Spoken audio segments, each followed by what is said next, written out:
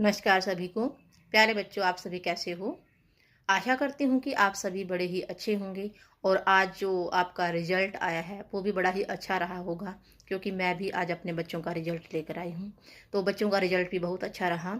तो जो आपकी छोटी छोटी कमियाँ इस क्लास में रही हैं उनको आपने नोट करना है, और नेक्स्ट जो आपकी क्लास शुरू होगी उसमें क्लास की शुरुआत से ही इन चीज़ों को ध्यान में रखना है कि जो हमारी गलतियां हुई हैं, जिनके कारण हमारा थोड़ा सा परसेंटेज डाउन रही है या हमारी नॉलेज में कमी रही है, उन चीज़ों को बड़ा ध्यान से आपने सोचना है, समझना है, ताकि आगे ये गलतियां आप दोहराएं नहीं।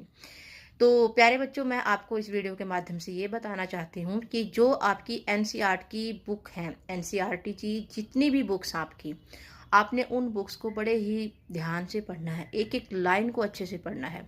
मैक्सिमम बच्चे क्या करते हैं, हेल्प बुक ले लेते हैं या फिर कक्षा में करवाया गया जो काम है बस उसे ही पढ़ लेते हैं, जो बिल्कुल भी सही नहीं है।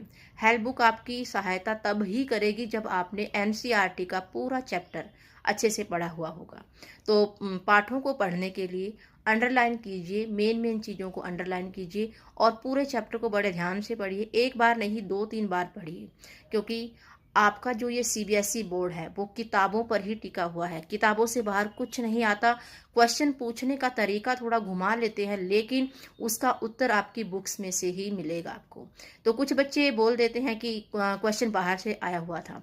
क्वेश्चन कोई बाहर से नहीं आता बच्चे, जो भी आते हैं वो आपकी बुक में से ही आते हैं। बस आपने उसको समझना है कि वो मैं इसका आंसर कैसे दूंगा।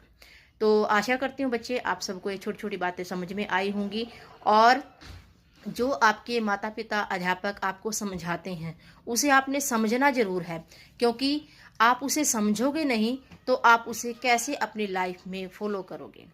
क्योंकि आपके माँ बाप का और आपके अध्यापक का जो अनुभव रहा है वो बड़ा ही कीमती रहा है, क्योंकि उन्होंने ये बातें ऐसे ही नहीं सीखी कहीं से, उन्होंने इसका प्रैक्टिकल किया हुआ है। हर चीज़ को उन्होंने अनुभव किया है, हर चीज़ को उन्होंने देखा है कि बच्चे कैसे पढ़ते हैं, कैसे नहीं पढ़ते हैं, इन सब बातों को उन्होंने देखा है। तो बच्चों, इन छोटी छोटी बातों का आपने ध्यान रखना है।